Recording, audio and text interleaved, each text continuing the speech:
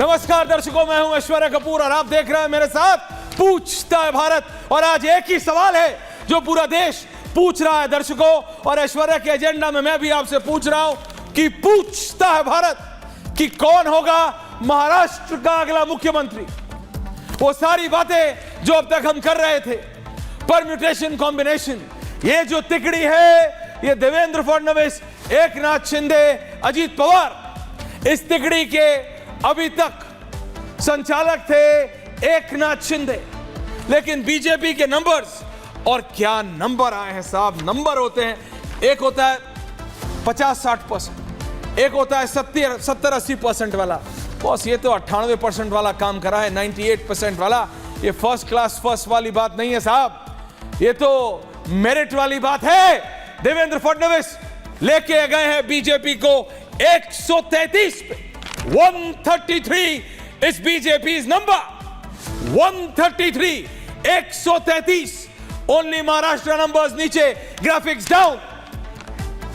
133, 133, आप समझ रहे हैं नंबर। बीजेपी 133 पे, एकनाथ शिंदे अकेले अपने दम पे 57 पे है। Graphics now on. एनसीपी यानी अजीत पवार 41 पे है।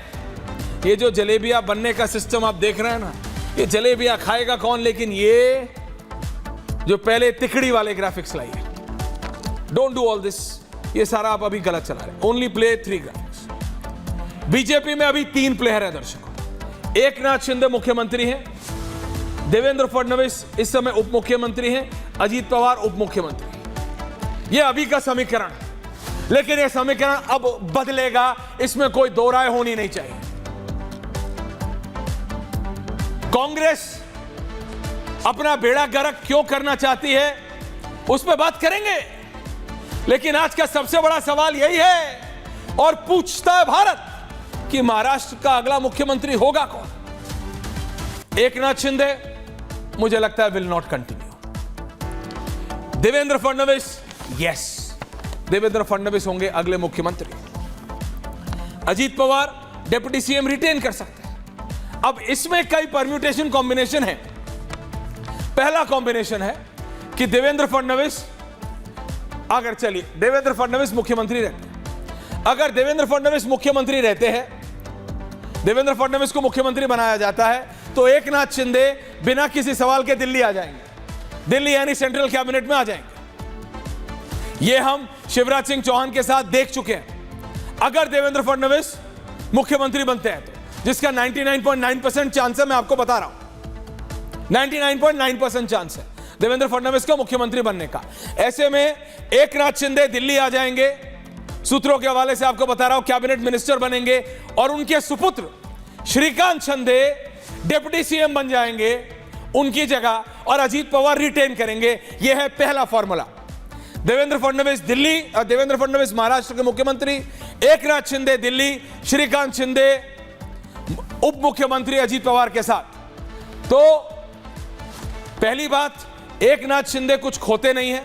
एकनाथ शिंदे का स्टैचर बढ़ता है, और उनके सुपुत्र और शिंदे सेना के बड़े नेता श्रीकांत शिंदे, जो इस समय सांसद हैं, वो उप मुख्यमंत्री बन जाएंगे महाराष्ट्र के। तो that faction and the Maratha faction is also sorted. क्योंकि एक कल बहुत बड़ा सवाल था कि बीएमसी का चुनाव, म्युनिसिपल कॉर्पोरेशन का चुनाव आना है, उसमें अगर आप एक मराठा फेस, जो कि इस बार ये निकल के आया है कि एकनाथ शिंदे ने वो मराठा नेता का तमगा अजीत पवार से ले लिया है, पवार से, बल्कि मैं बोल रहा हूं शरद पवार से ले लिया है।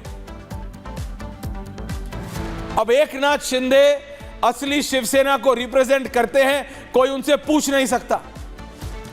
उन्होंने जनता के समर्थन के साथ यह दिखा दिया है कि वो ही है असली शिवसेना।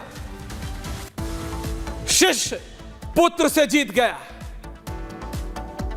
शिष्य पुत्र से जीत गया। इसीलिए बीजेपी अगर उनको मुख्यमंत्री पद से हटाती है और देवेंद्र फडणवीस को बनाती है, तो उनको बाइज्जत दिल्ली लेके जाएंगे, लाएंगे, और उनको कैबिनेट मिनिस्टर बनाएंगे। उनके सुपुत्र श्रीकांत शिंदे, जो कि खुद सांसद हैं, वो उप मुख्यमंत्री बन सकते हैं अजीत पवार के साथ। तो तिकड़ी का फॉर्मूला जारी रहेगा। उद्धव ठाकरे को यह बोलने का बहाना नहीं मिलेगा, यह मौका नहीं मिलेगा कि एक मराठा चेहरे के साथ क्या किया, हटा दिया जीतते ही, मुख्यमंत्री बनाया था हटा दिया। नहीं, वो दिल्ली में एडजस्ट हो जाएंगे, बड़ा कैबिनेट पोर्टफोलियो उनको दे दिया जाएगा, तो शिष्य की इज्जत बाकायदा होगी।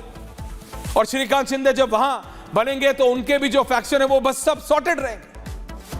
यह फॉर्मूला 1 जिसका बताया जा रहा है 99% चांस है कि देवेंद्र फडणवीस सीएम है। एक दूसरा फॉर्मूला है कि एकनाथ शिंदे रहते हैं। अगर एकनाथ शिंदे बने रहते हैं मुख्यमंत्री तो फिर Devendra Fadnavis can not remain deputy CM, यह तय है। देवेंद्र फडणवीस दिल्ली आएंगे। अब देवेंद्र फडणवीस दिल्ली आएंगे तो कैबिनेट में आएंगे?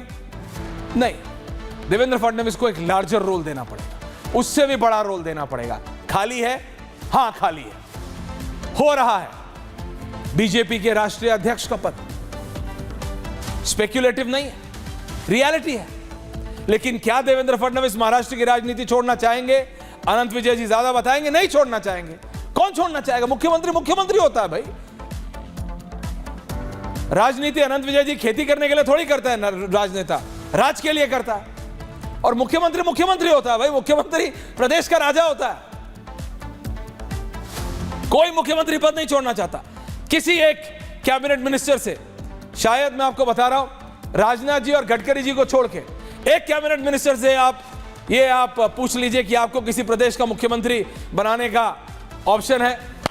अगर पल भर में ना डिसाइड कर ले कि हां मेरे को सीएम बनना है, कोई भी प्रदेश हो, XYZ, बड़ा छोटा कोई, वो ताकत होती है मुख्यमंत्री की, पावर होती है मुख्यमंत्री। इसलिए Devendra Fadnavis would want to remain in Maharashtra. और बीजेपी के जो नंबर्स हैं 133 अभूतपूर्व है, 122 तक आई है, लेकिन 133 133 इज जस्ट माइंड बॉगलिंग।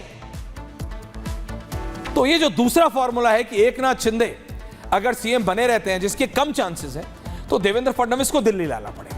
और देवेंद्र फडणवीस को दिल्ली लाके सिर्फ आप एक कैबिनेट मिनिस्टर नहीं बना सकते। He has proved himself like how. लेकिन फिर लोग बोलेंगे शिवराज सिंह चौहान ने भी तो प्रूव किया था। लेकिन बीजेपी के क्या इंटरनल डायनामिक्स नहीं है? क्या बीजेपी के इंटरनल परम्यूटेशन कॉम्बिनेशन नहीं है? उस पर बीजेपी बोले या ना बोले,